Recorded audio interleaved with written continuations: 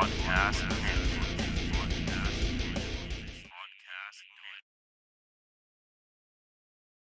Hello and welcome to Retrotainment, episode 8. This week we'll be looking back at the classic film Ferris Bueller. This week I am joined by Carl, who I was on his podcast a couple of weeks ago and will be on his podcast again tomorrow. So welcome, Carl. How are you doing?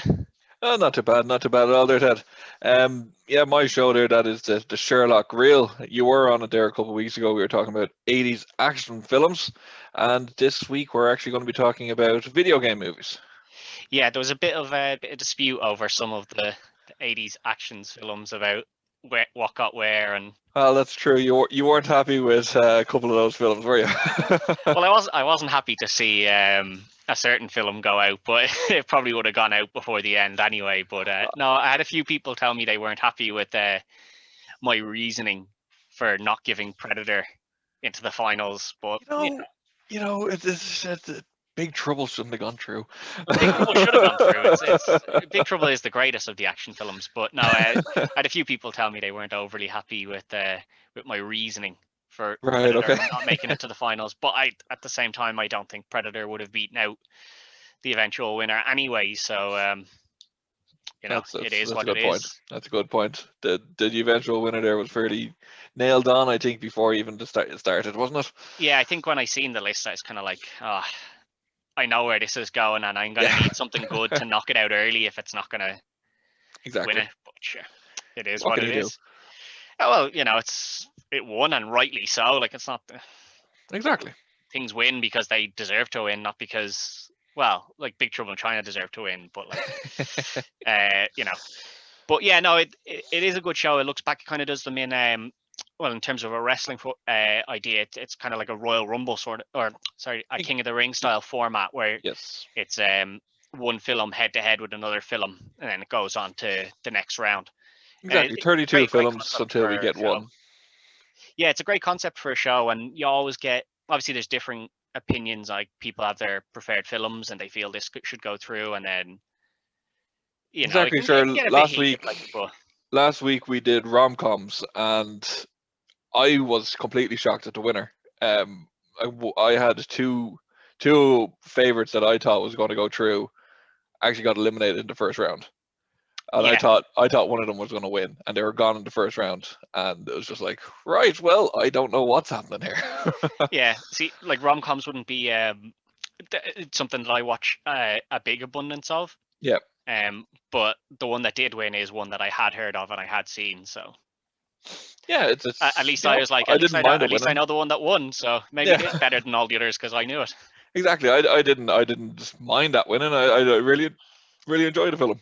So yeah, exactly, that's the way it goes. So we'll have to see what wins now tomorrow when we go into video game films. I think it's whoever doesn't lose is going to be.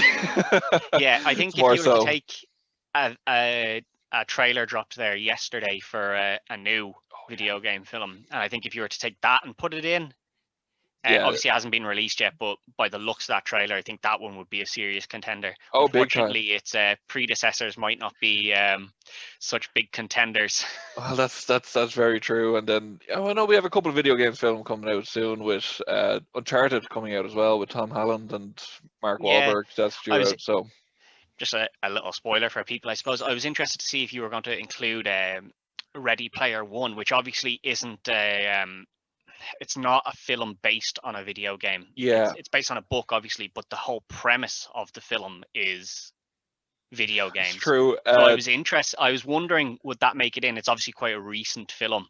It is. That's one of the films, because next week I'm actually doing books that was made into films. So that's going to be one of the ones that'll be in it. Yeah, exactly. I was just kind of looking at just video games. That's that went into, video games first.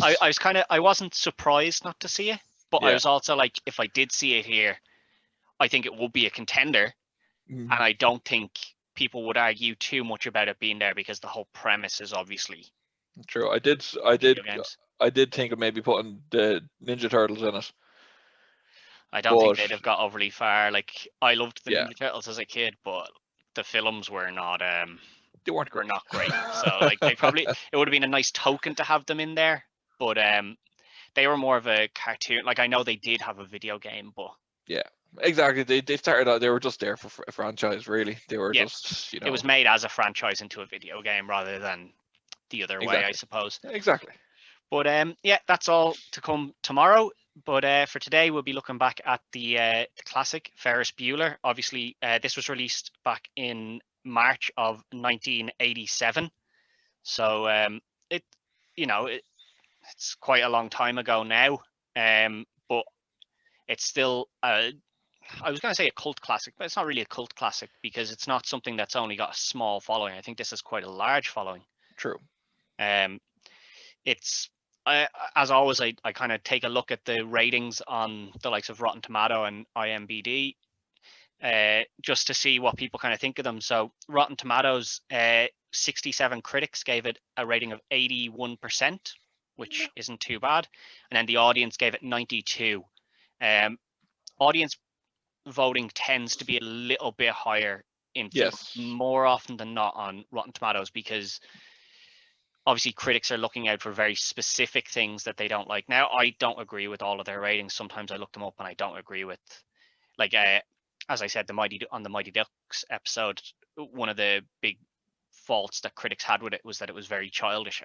It's a kid's film. I don't know what you want. It's formulaic and childish. I mean, it's a kid's film. They're all formulaic and childish. So I don't know why you can fault it for that. But that's why I don't really like those ratings. That's why I don't really put too much stock into ratings myself. But IMDb 7.8 out of 10. So you're looking up at the high, like the high end of the 70s to up to the 90s for this is as a rated film, which I think is relatively fair. Oh, definitely. Like this film, I'd class this movie as my favorite film of all time. I invited you on, and you chose this film to no surprise of people that know you, I'm sure. Yeah, I love this film. Really do. It's brilliant. Yeah, it did quite well in terms of the box office because you're looking back at the late 1980s, and it made 70.1 million in the box office. Now I don't know how I don't know how correct these figures are because I don't know, has that been readjusted to a modern inflation? But I don't think it's that far off. But if you did readjust it, I think, people think of the new films where they're making billions in the box office, and you have to remember that going to the cinema back then was quite a lot cheaper. You're looking at kind of 10 euro or so to go to the cinema now. But sure, like even in the early mid 90s when I was going to the cinema, even the early 2000s, the cinema was 6 or 7 quid at most. Now you're looking at 50, like 10 plus. No matter what you're going to see. So it's true. I think that does need to be factored in when we hear these numbers of 70 million. It doesn't sound like a whole lot now, but back then that would have been quite a big grossing film. I just checked it. Just did a quick check there online to see how much 70 million would be worth, and that's 222 million. Yeah, exactly. So you see, like, it doesn't seem like that much, but when you convert it to what it would be now, it seems a lot better. That being said, I was kind of like, I know this film doesn't really lend itself to a sequel, but a lot of times when you see something do that well in the cinema, you'd see a sequel come out eventually. I don't think this would have lent itself to that anyway, though. I don't think this is the sort of film you can do a sequel on. No, you could have done maybe their trip off to college or something like that, but generally with John Hughes films, you didn't get many sequels. You did get the Home Alones, but other than that, there wasn't really anything else that there were sequels to John Hughes films. Yeah, and I think Home Alone was a little bit different because you're talking about a kid, and you can lend yourself, like, even if you bring these into college here, it's going to be pretty much the same story. Yeah. Except you have to then take into account that he's going to college, and now how does everyone know him? Because that's part of this film, is that somehow everybody knows him. And everyone seems to love him, bar obviously the dean and his sister. Everyone else seems to be absolutely enamored with him, which is a little bit strange. Because why do all of these people in his school know him? And not just people in his school, because he gets flowers sent to him at one point by, like, local police. It's the police department, wasn't it? Yeah, like all these people are sending him stuff, and you're like, I mean, he's taking a day off school sick. Why is everyone so worried about this guy? But you know, the flowers were the English department. Yeah, exactly. Yeah, and you're thinking that's a bit weird. It's a bit strange, but you know, that's obviously just it's an over exaggeration, because I don't think there's anybody that would have been that popular in a town. You know, maybe, but you know, maybe with a long-term illness, but like a one-day illness, I think that's a bit. Everyone's got a bit getting a bit much. Like, you know, it is American high schools. Yeah, but like there's a bit. There's just a bit when his dad's in the car at one point, and he has the newspaper open, and he's in a taxi, and there's a little article about a young sick child, and you're like, that's in today's paper. He's been sick since. Like, they only found out this morning. What, you rushed this to the New York Times? Get this in. Yeah. Or up on the big water tower, just save Ferris. Yeah, like I know they kind of explain that he does, you know, make it sound worse to people when he's talking to them in the school and stuff, like when he's on the phone to people. But I mean, it's a bit much. It is. But you know, it's exaggerated for comedy expense, I'd say. You know, but it's I think it works. That's the thing. It works. It does work. Yeah, I think it's obviously over exaggerated massively. Like, and no one's really that popular to that extent. That one day's being sick is going to be that big a deal. But I think, as you said, I think it adds to this, because it especially adds to why his sister is so bitter towards him from the very start. But obviously the film starts and he's pulling a sickie. I don't feel well. Wet palms. Lick my hands to give myself the wet palms. It's a bit strange, but I think you know, it is what it is. People pulled sickies when they were in school because they didn't want to go in. Obviously, he's doing it to get out of this test. It's true. What is it? It's a class you wouldn't be taking. It's like it's the European socialism. Yeah, European socialism, and you're like, why is he taking this as a test? Exactly. He does explain that well. It's like, I'm not a socialist, and I'm not European. I don't ever plan on being European. So why should I take this test? You know. Yeah, but he does it great. Like, he obviously gets himself off school, convinces the parents he's sick, and gets the day off. Yeah. And then he has all this stuff set up in his house, kind of, as you said, kind of similar as you referenced Home Alone. Like, they're able to set up all these stuff without, you know, with relative ease. He has all this stuff set up, like, and he uses that to kind of show how sick, like, to keep people believing he's sick when they come and check on him. Of course, sure. What was it? They explained that it real simple with a line as well. It was Jeannie got a car for Christmas or her birthday, and he got a computer. So yeah, which he uses to change the number of days he's been sick on the school computer. But we're looking at 1987 here. That's pre-internet. How did his computer hack into the school's computer? It makes no sense. I suppose it's just accepted back then, but you know, like, that would not work. No, I mean, there was no firewall there as well. You know, he got into there pretty easily. Yeah, but you know, it is what it is, because it's more just done to make the dean look like he's cracking up, because obviously its number of days missed is 9, and then it gets ranked down to 2. I think. 2. I think he brings it to. Yeah. But before we get to the principal's office, we see the iconic scene where the teacher's just calling out the roll, which, you know, we're all used to. That happened in every. Yeah. The one strange bit is that everyone says here, except like one kid who just raises their hand, and you're like, has that registered that you're here? Because that teacher has not looked up yet. He doesn't seem to look up until he says Bueller about 8 times. Bueller. True. Or what I found fascinating was, and quite funny, how many kids starts their surnames with A in that class. Yeah. Because he rattles off like 6 or 7 before he gets to Bueller. Yeah. And then obviously you get the iconic scene of him just repeating Bueller a couple of times. Yeah. And then obviously his friend Cameron is presumably in the same class, because we see another empty desk, which is Cameron. No one seems to care that Cameron's off sick. No. But I'm guessing it's a regular thing for Cameron. From what we're told later in the film, it seems to be that he's out quite regular. But it seems that no one cares that he's off quite regularly.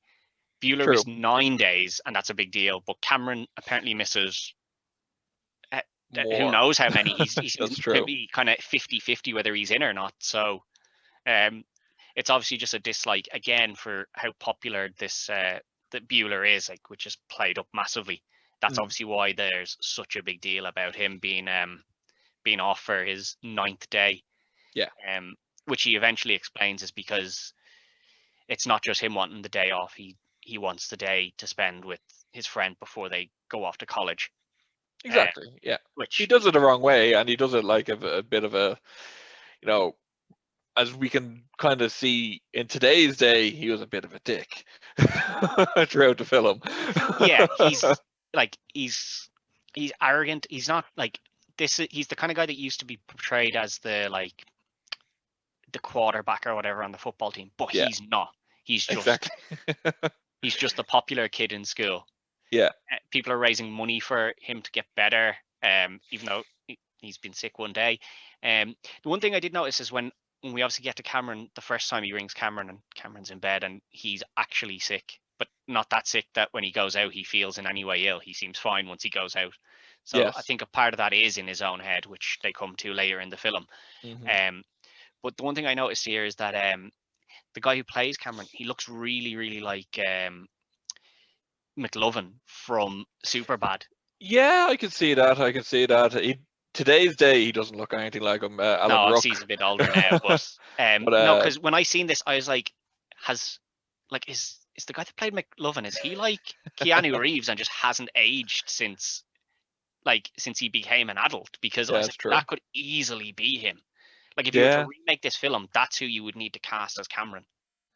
That's a good point, actually. I never thought about that. That's fairly nailed on. Yeah, like I'd seen it before and I'd never made that connection. It's just when I watched it there the other day, I was like, am I losing it? Or like, that can't be him. I was like, it can't. And I had to pause the film. I was like, I need to look this up because I was like, that can't be him. Yeah, that's a fairly good shout now. I like that. Yeah. Now if they were to, I don't think they should remake it because I don't think it would work. But if they were to remake it, I think that's who you'd have to put in that role. And I think he'd play that role brilliantly as well, to be fair. 100%. 100%, yeah. I don't think you could get away with remaking this film in today's day because with everyone with smartphones and all that these days, you couldn't get away with that. No, you wouldn't get away with being off that much. Yeah. The one thing we do see is he has to get, so obviously himself and Cameron are already off school with being sick. And he has to get his girlfriend at the time, Sloane, out of school. So he rings up and he says, somebody rings up and says that her grandmother has passed away. Yes. And then obviously the dean just doesn't believe this. He's like, no, I'm not buying this. And he's on the phone to who is apparently her dad. Yes. And he obviously doesn't believe it. And he's like, this is Bueller. So he's kind of, you're going to have to wheel the dead body in here and prove to me that that old bag of bones is dead and stuff. Tell you what, dipshit, if you don't like my policies, come down here and smash my big old white butt. Yeah. And it's great because the whole time when you're watching it the first time, you're like, it's clearly just Ferris. Yeah. But then we get a second call in and this one's Ferris. And you're like, wait, surely this girl, like, obviously she's too happy about the fact that, like, she knew she was getting out because you see her put on the coat before they even ask her to leave the room. So she knows she's getting out, but you're like, how has he pulled this off? Because at this time, Cameron still hasn't agreed to actually do anything. He's still saying, no, I'm staying home, so Bueller rings in and we just see the panic set in on the dean's face. He's like, oh, what? That must actually be her dad, because if that's Bueller, then who am I talking to on the phone? And this panic, the sheer panic and the running around the office apologizing. Oh, I'm sorry. Which we obviously learn is Cameron putting on the voice, and then he makes the mistake of saying that he wants Sloane escorted out to the front to be picked up. And Bueller's just like, how are we meant to pick her up if he's gonna be there? So they go to pick her up and they have to use they don't have to use, but Bueller insists on using this 1 in 100 car Ferrari. Yeah, 1976 or 67 something Ferrari. I tried to remember it, but I had it in my head. It's just gone now. But he insists like this is the only car we can use. So he convinced, and his reasoning is, oh well, when we get back, we'll just reverse back, and that'll get rid of the miles, which is not how cars work. No. You need that tool that Matilda's dad had to wind it back. Oh yeah, that's another great film. It is a great film, but no, they obviously they show up and Bueller's pretending to be her dad in the trench coat and the hat with the sunglasses. Yeah, and then that's a bit that I never really got. You know, that I never. Anytime I've watched a film, you know, when Sloane does come out to meet him and they French kiss. Yeah, and he's just like, I suppose that's how they do it in their family. Like, yeah, it's just like that's like you're too accepting of that. Yeah, you're too accepting of that. And it's instantaneous. He's just like he doesn't question it. See, what's strange is that he doesn't question it there, but then he goes into his office and then he's like, I know Bueller's behind this. Yeah, it's only surely that would have been the tip off. Oh, yeah. That's her boyfriend and clearly not her dad. It's only when they're driving off and she's screaming, "Wee!" Yeah, it's he like, kind of. It's not the French. Strange. It's not the French kissing at all. It's just like, what are you doing? It's far too accepting of that being how, like, what's presumably 16 or 17-year-old girl greeting her dad. Far too accepting of that. Mm-hmm. But again, you know, maybe that's the states they live in. I don't know. I don't know. It's Chicago. I don't think it's a big thing in Chicago, but with it being set in Chicago, obviously we see when they're out that Cameron consistently wears a Red Wings jersey. Did you know why he always has that Red Wings jersey on? Oh, I do. I remember hearing it. I watched something there a couple months back. They kind of did a reunion special. Josh Gad did a reunion with all the cast, on Zoom over Zoom, and they did explain it. I can't remember why. Okay, so for people who don't know, obviously Chicago's hockey team is not the Red Wings, it's the Blackhawks. The Red Wings, and he has this. There's a specific player on the back of it, Howie. The Red Wings is the team that the director grew up following because that's where he was from. And then he obviously the director moved to Chicago, but he could never fully get behind the Blackhawks. And he was like, if I'm going to make this film, somebody's wearing a Red Wings jersey. And that's the explanation. There's no other explanation other than the director wanted to represent the Red Wings because that's who he supports. That's it. Like that's just his little nod. And Howie is one of the biggest legends of the Red Wings. Okay, so cool. That's why they went with Howie on the back of the jersey. Yeah, that sounds good. But yeah, no, it's just an interesting little bit as to, like, you'd wonder, why is he wearing a jersey of a team that's not from his area? Like, that's like someone from, in like a football term, it's like someone from Liverpool supporting, you know, Manchester United or something. You're like, no, you're meant to support your local team. Local, like, yeah. Like if you supported Everton, you'd be like, okay, well, you know, they're close enough, but not somebody else. But yeah, they're obviously just driving around. They bring the car into some garage that doesn't look overly secure, and you're like, no. I think Cameron's right here. Like, I don't feel comfortable leaving the car here, and he just gives some guy like $5. $5. You know, yeah, that's what you want to pay for that car to be looked after. And Cameron's obviously rich, like, where his family is. So you think he'd have just been like, let's just go to somewhere nice. Exactly. Yeah. But the guys they give it to just rally it around. Oh, completely. I think they want do like nearly 3,000 miles. 3,000 miles, yeah. Which I think is a bit excessive because they got it back in time. Well, they got it back in time, but not only did they get back in time, he had to be home by 6. Yeah. And he doesn't go out straight. He doesn't go out straight away either. Like, it takes him a couple of hours to get Cameron on board. So you're thinking it's kind of like at least 11 or 12 o'clock by the time they get there. That's true. So in the space, and they have to get the car back at say like 5 so they can get home. So you're kind of thinking like in 5 hours you did 3,000 miles. It's a bit much, but it's obviously just there to. Exactly. I think if they just said 1,000, I think they would have been fine. But yeah, well, I mean the things they get up to a lot during the day. Like they fit in a lot of activities. Yeah, well, I mean, couple of hours. A baseball game is a couple of hours long, and they go to one. So they do. They must have left early. That's one of the things I loved about this film, because I know there was a bit of improv throughout the whole film. And you actually see it. I did never notice it until actually last night when I was doing a refresh of a watch. You actually see Cameron say to Ferris, "Go with this," and then he goes, "Hey, bada, hey, bada, swing." Yeah. And that's completely improv. That wasn't in the script. Yeah. So they just keep doing that, and it's just they just kind of do like acting like they're kids who are exactly just off running around, which is what, like, I know you need to get into that mindset if you're going to play those characters, I suppose. Like, that is what people like. I've never been to a baseball game, but like that is the stuff. Like, that's the kind of the trope that you hear about a baseball game. That's what people say. That's what they do. Yeah. So why wouldn't these guys be doing it? But they obviously give the car in and they go to all these different places. They go to a baseball game, which they must leave early because otherwise they wouldn't have time to do everything else. Anything else? Yeah, but I don't know. Did you notice this when obviously, sorry, they go to the restaurant first, and Bueller blags his way into it's the Sausage King of Chicago, isn't it? Sausage King of Chicago blags his way into this this restaurant. Yeah. By again using the phone trick of, I'll ring them, he'll go answer, and then it'll be this. If it works, it works. Yeah, I mean, you keep trying. If it keeps working, you keep using it.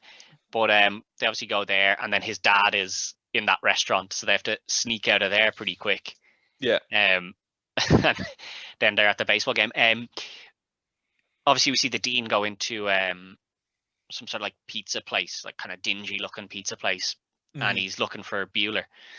Did you notice that on the screen when they're watching the game, when he's wiping the whatever drink it was that was spit in his face by that girl, when he's wiping that off, Bueller and Cameron are on the screen. Oh, are they? Yeah, they're on the screen because Bueller catches the ball and he's like, yeah, and it's when he's wiping his face and then he takes it down and then they're gone. They're gone off the screen. Yeah. Oh, I'm gonna have to check that out. Yeah, it's just a small little bit where you're like, oh, if he hadn't gone over and told that girl who he thought was Bueller that he'd caught him, yeah, and got that drink spit in his face, he would have caught him. Yeah, he would have caught him. So he's obviously a bit of an as lucky as Bueller is. The dean is kind of the opposite. He's completely lucky. Everything he does goes completely wrong from. But we see Bueller's mum come home during obviously her lunch break or whatever to open the door, and he has a system set up so this mannequin rolls over and he has a snoring noise and all set up. The one thing I did notice about this is you can see the arm of the mannequin out of the bed.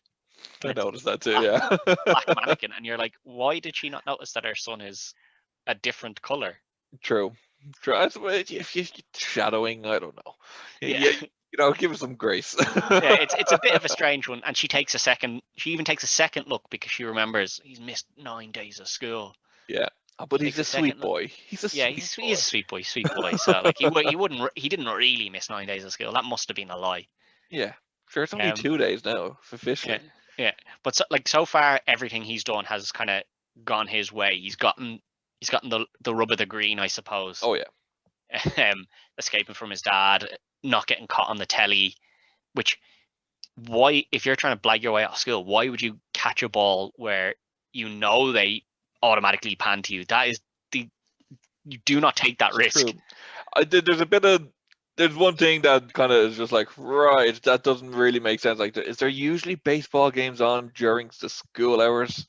I don't know if there is, but I know it's in a lot of like things where people are ditching off school and stuff. That does tend to happen. Oh, it does, doesn't it? Yeah. Yeah, it does. I don't know. Like, it's just something that they seem to have. Like, yeah, it's on during the day, and you're like, oh, surely it'd be on a weekend. No. Yeah, that's true. It's obviously just something to give them something to go do, I suppose. Yeah, that's fair enough. Yeah. And I suppose there is midweek games in the football as well, so maybe it's the same over there, and they take hours, so you can't start at 9 at night, I suppose. One thing I really like about this is when you see the two lads rallying around in the car, that they have Star Wars music in the background. Yeah, when they're just coming up over the thing. Yeah, but it's one of the. like obviously it's not the full. They don't go through the whole thing, but it's a nice, just a little clip of the Star Wars music. But the music in this film is actually deadly. Like, the music. When I was listening through it, I was like, "What a soundtrack! Why? Like, you don't get soundtracks like that in a lot of films now." And you're just, Guardians of the Galaxy withstanding, obviously, because it has great soundtrack in it. Yeah. But, like, old films really went for it. Like 100%. They dropped the money on the big songs of the time to make sure they were in there. There's one you should definitely check out. Soundtrack. One of the best soundtracks I've ever heard in a film is from Grosse Pointe Blank. Never seen it. It's John Cusack. He's a hitman. Okay.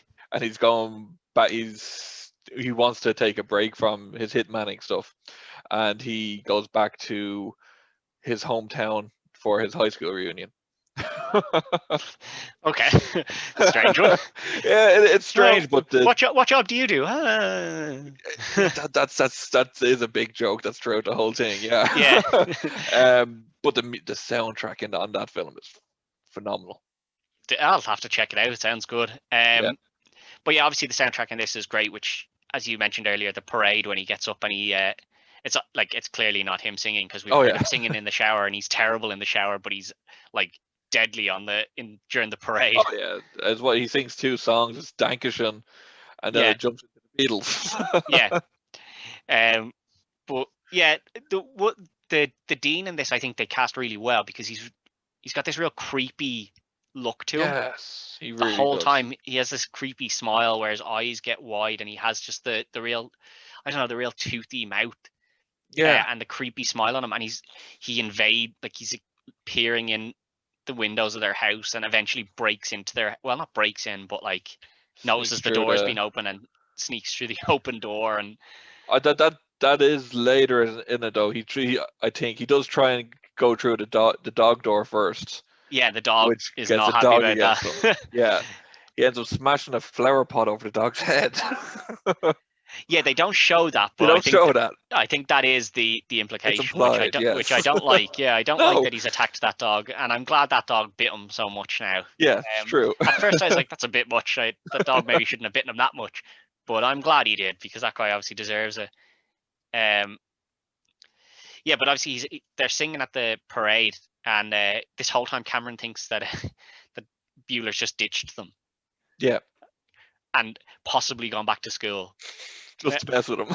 Yeah, like Cameron really has a low opinion on Ferris here. He has a bit of a complex. He has a bit of a complex, I think. Yeah. And I think this is one of the things the character of Cameron kind of has is he has no confidence in himself. Mm-hmm. And you can see there's kind of a sort of depression in him as well, which they get to later when he kind of has like the breakdown when they find out how many miles are on the car. Yes, exactly. He kind of goes catatonic.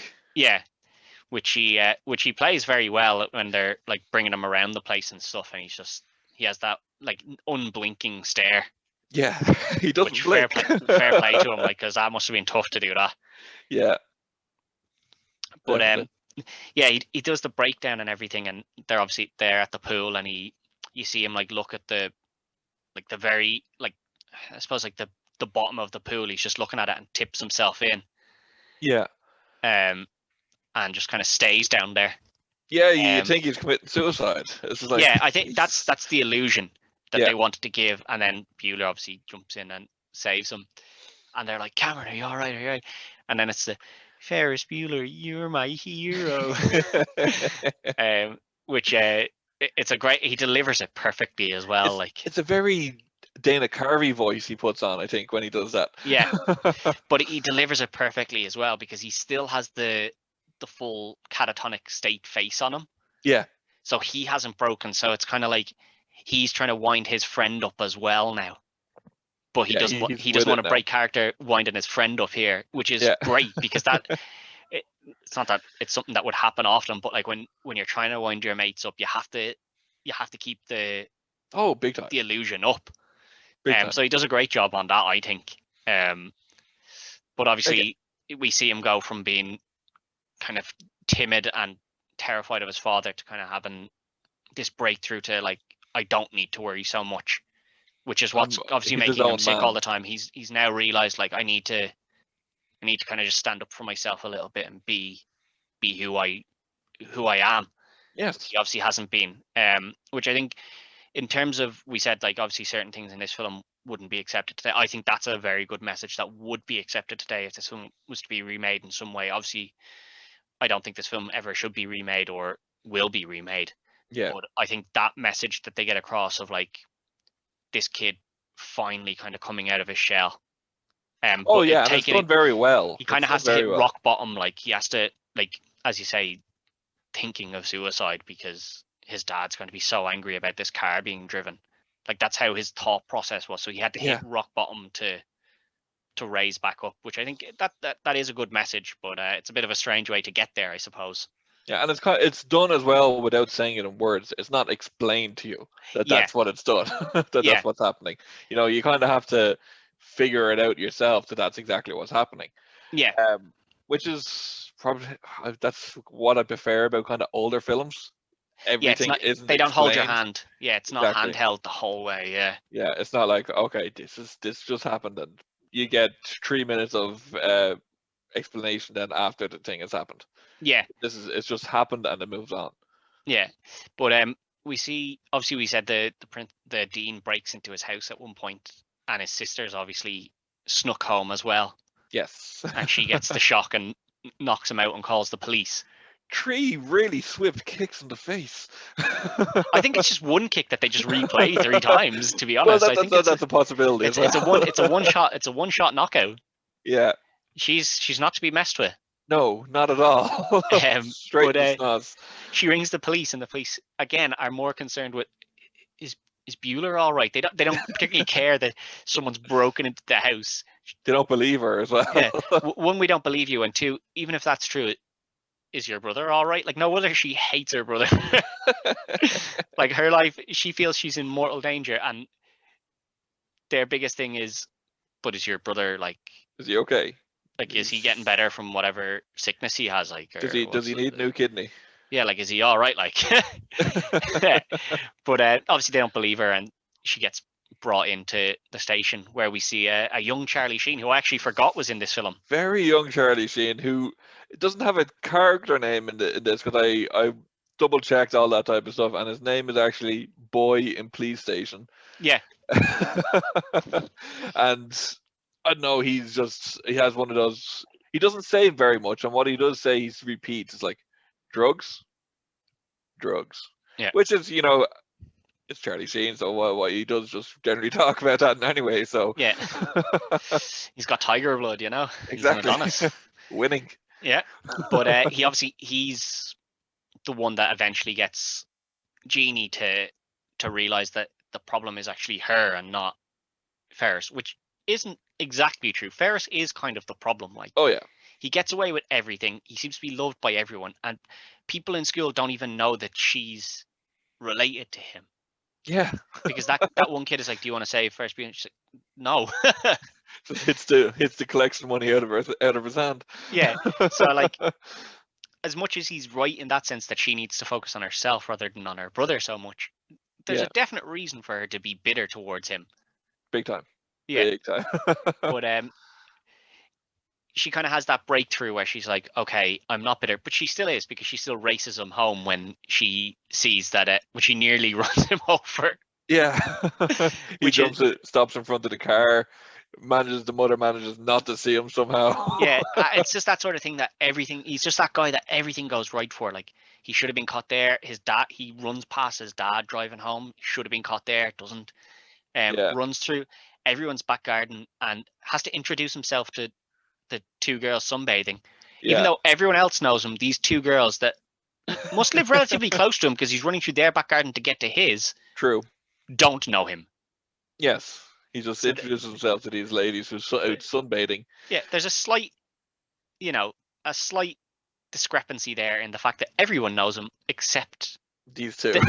Well, not even just these 2, because he runs through a house and tells these 2 kids, "Oh, dinner's ready," and they don't know him. Yeah, so it's like nobody actually knows him that lives near him, but everyone outside of there seems to know him. It's a strange way to do things. all the police departments, fire departments, ambulance service, school system, they all know him. But if you live close to him, not a chance. Yeah, no, he doesn't. That circle that's close to him, nobody knows him. Exactly. Except his own family. But he obviously gets back and he gets caught outside the back door. Yes, Ed Rooney finally catches him. Ed Rooney finally catches him. Thinks he has him. Like this is not okay. No, he goes too far. Ed Rooney is not okay. Like he's broken. No. He's taken time out of his own job to hunt down Ferris Bueller, a kid who's just pulled a sick day. It's not that big a deal. He's attempted to break into the house, successfully broken into the house. Almost murdered the dog. And then hung around the house to try and catch him in the back garden. Like, that's too much. Way too whatever much. About being dedicated to your job, that is too much. Mm-hmm. But he obviously eventually catches him with his leg destroyed by the dog, rightly so. His shoes, one of his shoes covered in mud and destroyed, walking with a limp because of being attacked. Holes all over the suit. Yeah, broke. Not a broken nose, but cuts all over his face from Jeannie kicking him in the face earlier. Yeah. And catches this kid outside the back door, which means he's hanging out the back garden. Exactly, and he's so happy with himself. Yeah. Until Jeannie opens the door. Yeah. And you think this is him done for now, because you're like, Jeannie still holds this grudge. Oh yeah. And I don't know, is it that she holds the grudge against him, or that she knows that that's the person that was in the house that she's after kicking? Yeah, because she finds his wallet on the floor. Yeah. So is it that she's forgiven Bueller here, or is that she's more annoyed at that? It's kind of, they don't explain that. I think it's just I think it's more the forgiveness to Bueller than. Yeah, I think she's more annoyed at Ed Rooney, to be honest. It's just like, you broke into my goddamn house. Yeah, you're a weird guy. Yeah. Way too obsessed with this 17, 18, whatever age he is, boy. Like, you're way too obsessed with him. This is too much. It's not really clear, because I always got the impression that Jeannie was older than Ferris. Yes. But Ferris is in his last year of high school, because he's going to college next year. So I think the timeline might be mixed up a little bit. I think it is, because I think it is alluded that she's the older sister the whole time. I seem to remember that, yeah. But for some reason, she's still in high school. She's still hanging around the high school and doesn't know the dean. Yeah. So she doesn't work there. Yeah. Because she gets alluded to, shouldn't you be in your English class or whatever at some point. So his older sister just hangs around here, but he's about to graduate. So unless she got held back, I suppose. But then she should be the same year as him. Like, it's a strange one. It's one that this is one of the big problems with that film, is that they kind of made that mistake where they didn't think that little bit through. It doesn't really affect the film until you think about it. Well, one of the reasons might be is because John Hughes actually wrote this whole film in 6 days. Yeah, exactly. So, and this is where they're stuck, because they needed. She's the older sister, but she needs to still be in the school for a lot of the plot to work. But he also needs to have a reason as to why he's made this big day out, which is because we're gonna be leaving school and going off to college next year. I need to help my friend Cameron. He says it's that. I don't believe him. Like, he says that and he doesn't say it to anybody, but I don't believe him. I think he just wanted the day out.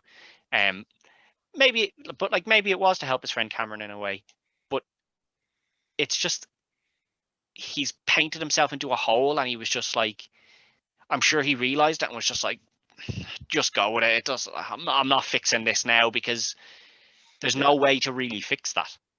In fairness, I didn't notice it the first time I watched it. Exactly. I didn't notice the second time I watched it. I mean, I've watched this film countless times. It's only something when you're looking for stuff to talk about on the film. Exactly. That you do notice. So I do, like, it is forgivable, but it's one of those things that he should have, probably should have been thought about a little bit better. Just have her be a teacher or something. I don't know. Yeah, it's true. I mean, she was old enough at that stage, wasn't she? Jennifer Grey. I mean, was this before or after Dirty Dancing? Oh, I'm not sure. 80. It's probably close. 87. It would be pretty close. I think Dirty Dancing's probably a little bit before, is it? I can have a quick look here. I have IMDb pulled up. Jennifer Grey. But no, Dirty Dancing is after. Dirty Dancing is after, right? November 20th in 87, so it's the same year, but big year for Jennifer Grey. Yeah, big year for her. But yeah, it is. It's a strange one, but like as you say, it doesn't affect the plot line of the film really. It's only just something that you're nitpicking when you're looking at it in this sort of way. But obviously he gets away with it. He manages to, even though his parents go up the stairs to check on him, he still gets up the stairs and to his room before they get to his room, which is again strange. I think they went into their own bedroom first before they went in and checked on him. Has to be something like that. They had that line, "Oh, we should go check on Ferris." Yeah, it's acceptable, and he gets away with it. Gets himself into the bed. Uses the baseball that apparently was in his pocket the whole day. Well, he caught it. He caught it. You do see him catch it, so I suppose it does make sense that he still has it, but like it's just never referenced again after that. But I suppose it doesn't need to be, and he uses that to turn off his snoring radio. Yes, which is a great. I wish you had one of them, huh? Yeah, like I just have this radio that just makes it sound like I'm snoring the whole day. Yeah, that's perfect. Although no Irish mammy will just open the door and see you snoring and then close the door again. She'll be over checking your temperature. Yeah, we couldn't get away with that now. Yeah, no, that wouldn't work over here, but over in the States maybe that's that sort of thing they get away with. But no, he gets away with it obviously in the end. He's had his great day out, and he'll be back to school tomorrow. Yeah, exactly. Presumably, although you don't know. At the end of it, he was just like, "I'm feeling 1,000% better." But he's still sick. Still pretend to be sick, and the parents still look concerned, like, "Well, don't rush yourself too much. You might get another day off out of this." He might get another day off, but I don't. They don't tell you that. But sure, yeah, that's left open to your imagination, I suppose. He'd attempt it. He's the type of bride I would attempt it. Yeah, he is. From what you see, like 9 days off isn't all that much in the entire school year. I think it was 9 days a quarter. I don't know, but it's not significantly that big that you're like, whoa, this is a lot. True. It is a lot in a way. Like I don't think many people would be missing that many days of school usually. Yeah. So but it also seems that they ring up the parents to make sure that the kid's actually sick, but they didn't do that for any of the other days. Just this one. Yeah, I mean, she says 1 or 2 days that you missed, so like there's another 6 days in there that they didn't call. So yeah, they it's fine. So yeah, there's a little bit, like obviously there's little inconsistencies, but I suppose when you're in school there is stuff like that. You can get away with not doing something one day and then the next day it's a big deal. Not as big a deal as this dean as Ed Rooney makes it out to be, I suppose. Definitely not that big a deal. That's just crossing a line. That's crossing too many lines. You're going to prison for that. Like you're multiple felonies. Yeah, multiple felonies. You're basically stalking a child. Yeah. Breaking and entering. Basically sexual harassment to that girl in that like arcade. I know he doesn't know it's a girl. True. But, he's like, your ass is mine, kind of thing. Yeah. Yeah, still not really acceptable. Not at all. No, but it is. It's it's all bigged up just to you're meant to be on the side of Ferris during the whole film, and this is he's just the bad guy, and you can't make him that bad, but you still have to make him bad enough that you're like, that guy deserves what he got, which ends up being him on the school bus on the way home, which is just. He has to walk to the back of the bus. Yeah, the girl's offering him jellies. They've been in my pocket all day. Like, no, I'm all right. Warm gummy bears. Yeah. But no, it's a very good film when you look back on it. Like, as you said earlier, I don't think it would be accepted today. I think there's I think the Ferris character would have to be kind of modified quite a bit today in today's day. The rest of a lot of them, maybe not the others, but the Ferris character would have to be kind of modified quite a bit if they were to remake it. I think people would just be too critical of it nowadays. Yeah. Where like the stuff we've pointed out, I think that would be pointed out way too quickly. Mm-hmm. Like back then people were just a lot more accepting of these small inconsistencies. Now you don't get away with those inconsistencies. Oh no, everything is ripped apart. Them, and that's not good enough. Like this happened, that shouldn't have happened. This, that, and the other. So I don't think it would work. And I think just the character himself is a little bit. He's really full of himself. Oh, big time. Which is fine. Like you can have that in a film, but he's full of himself. But everything just goes right for him as well, which I think people wouldn't accept. They'd be like, he should have got caught somewhere. Like, and that's the whole point. That's why Genie doesn't like him. You know, yeah. that they had it wouldn't have worked if they didn't have the Genie character there. Yeah, because that's you had to play that off because Junior's like everything goes right for him. Yeah, everything. And Cameron alludes to it all the time as well. He's like, it'll just go right for him. Like he'll get away with it and things like that. Yeah, but I don't think it would work. I don't think you could have a film like this today. You'd have to change. Definitely, Bueller would have to change. Ferris Bueller would have to change too much. Yeah. It would just take all the rawness out of the film. I think.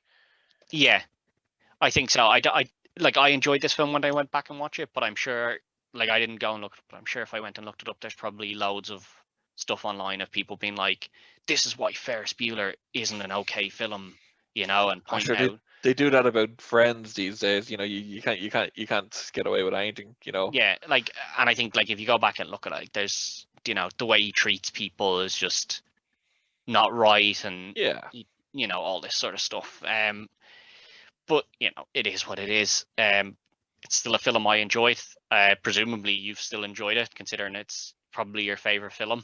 I presume that hasn't changed after this rewatch, even with the nitpicking.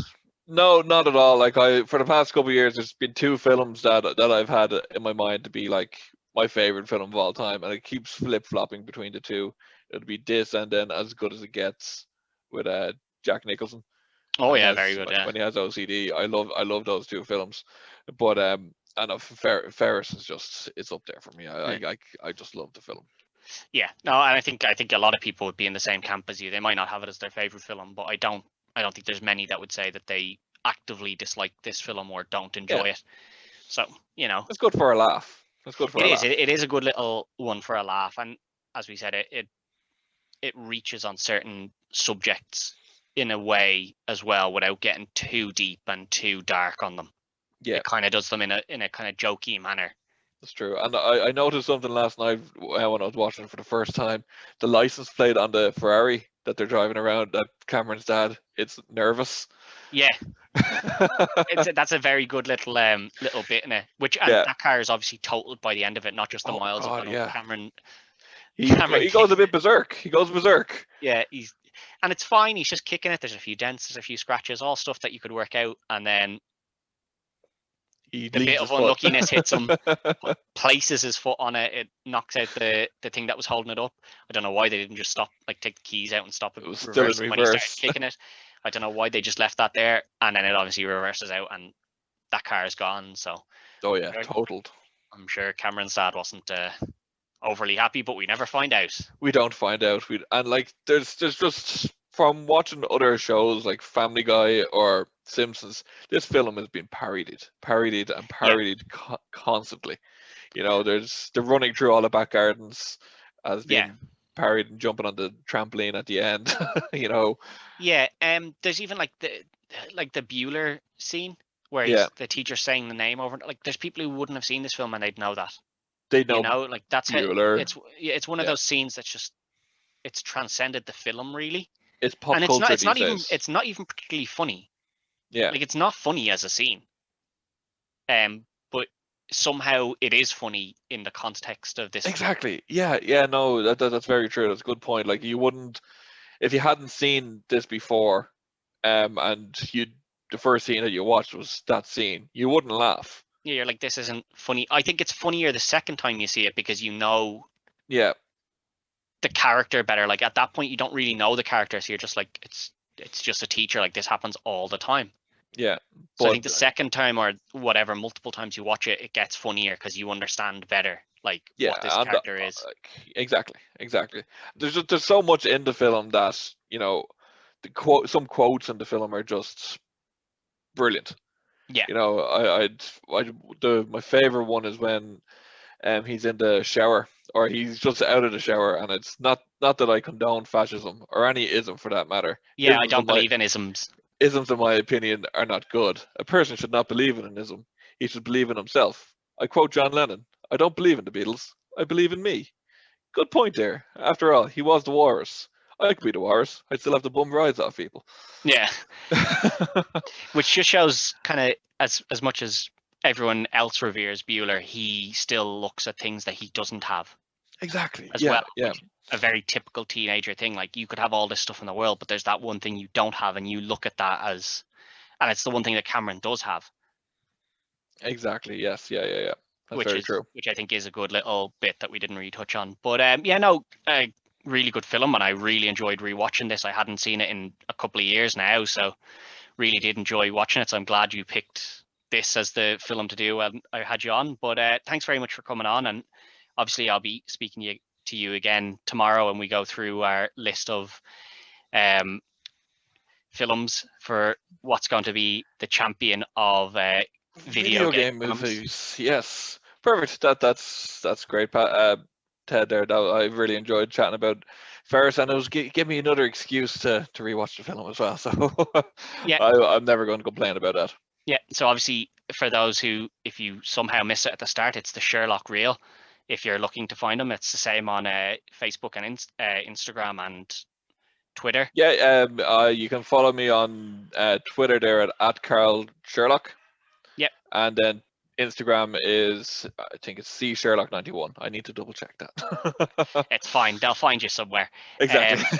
And then obviously this was brought to you by Retrotainment, which is part of the Dynamo podcast network, which we have loads of other great shows on. The Upper Tier, which discusses football.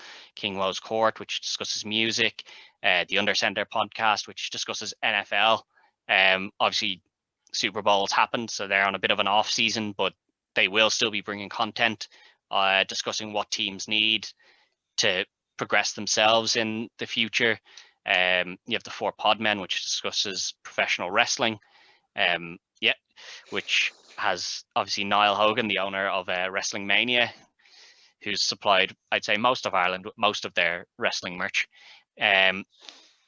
What else? You've got the Dynamo's Dozen, the one that started it all, where Ian interviews different people from different walks of life throughout the various episodes. So check all of that out. You can find us on YouTube, obviously, at the Dynamo Podcast Network, and then we each have our own Twitters. So you can find that by just going to mine, and there's a link pinned there to everyone else's. So it's at Retrotainment1. But for this week, that's it. So thank you all, and good luck. Well, it's time for that part of the show that you all love. The advertisements for our sponsors. I know. None of us really like listening to these, but the truth is that we wouldn't be able to bring you this content without them. So let's just get down to it. First off, Wrestling Mania, the top floor of Stephen's Green Shopping Centre. Really good shop for all of your wrestling needs, whether that's DVDs, title belts, pop figurines, other collectibles, t-shirts, and if you like boxing and MMA, he has stuff there for you too.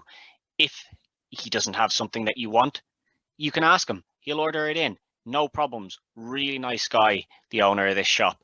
So get on down to Wrestling Mania on the top floor of Stephen's Green Shopping Centre. Oh, what's that?